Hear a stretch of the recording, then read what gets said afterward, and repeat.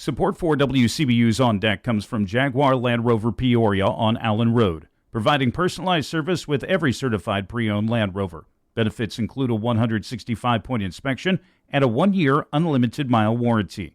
More at jaguarlandroverpeoria.com.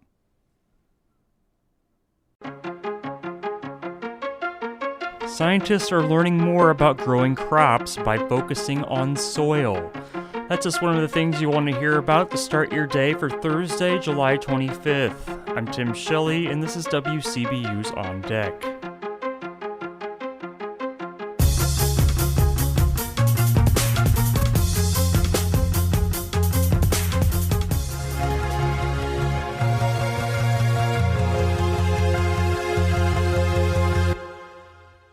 First on deck today, Bradley University is focusing much of its IT workforce grant money on building up the stable of credentialed computer science workers in the healthcare field. Bradley got just under $2 million of a $14 million federal grant that was divvied up with Eureka College and Illinois Central College to develop the regional IT workforce. Carolyn Craycraft is the IT Workforce Accelerator Outreach Coordinator at Bradley.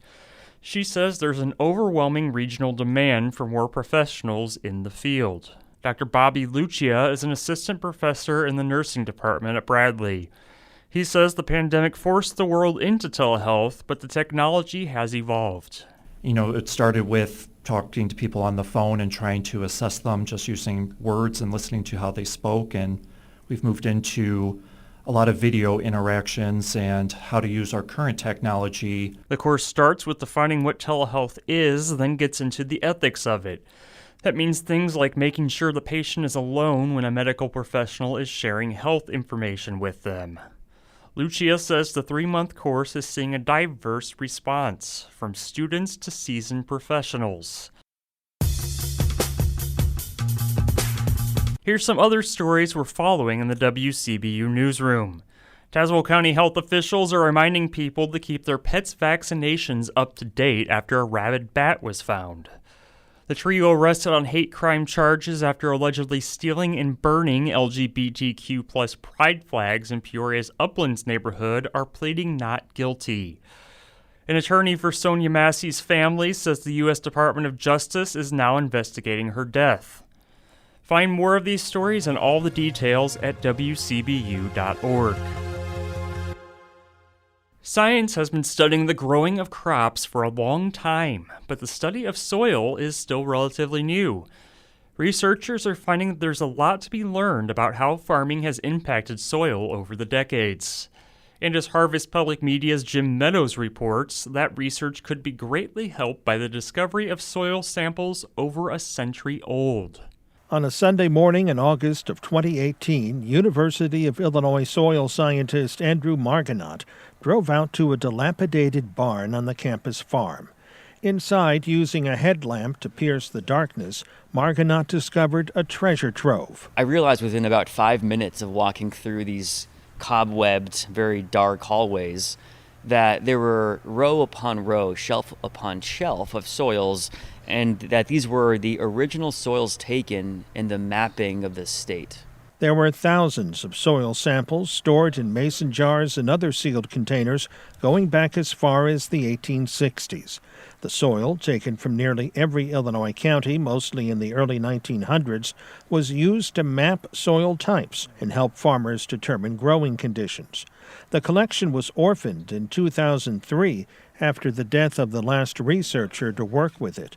Professor Margonaut says his rediscovery sent his mind reeling with the research possibilities. I didn't sleep for about 2 nights because I was so excited by all the things that we could answer. Margonaut is contacting farmers and landowners so he can take new soil samples in the same locations. He wants to study how the soil has changed over more than a century to learn about long-term changes in nutrients, microbial activity, and soil stability. That's a rare opportunity. U.S. Department of Agriculture soil scientist Mark Liebig says the soil samples in most soil archives are less than 40 years old. The average human lifespan now is right around 73 years. With the exception of a few places across the globe, we really don't know how the soil changes over that duration of time. Liebig says he believes many older soil archives that did exist have been lost either forever or until they're found again. At Penn State University, another collection showed up in a storage closet 4 years ago. The samples date from 1915 and 1933 from a now-demolished test plot on campus. Rita Grafe with Penn State's Pasto Agricultural Museum says nowadays they can analyze the soils in new ways, even reviving the soil's dormant microbes. But we need to preserve these collections because in the future, there might be technologies that let us further understand what was happening in the soil then so that we can make decisions going forward.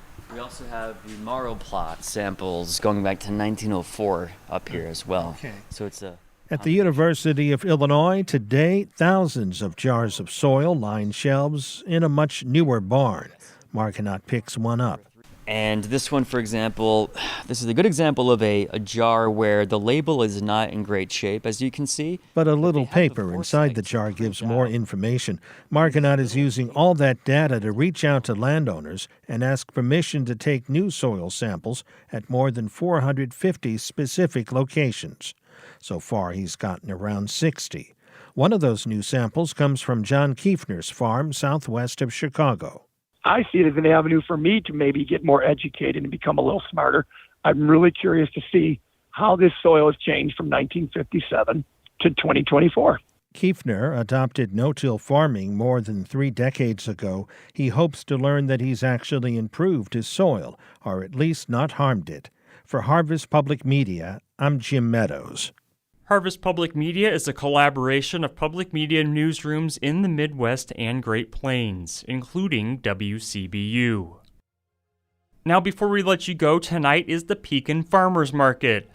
Find entertainment, food trucks, and local vendors in the Miller Center parking lot on South 14th Street from 3:30 to 6:30.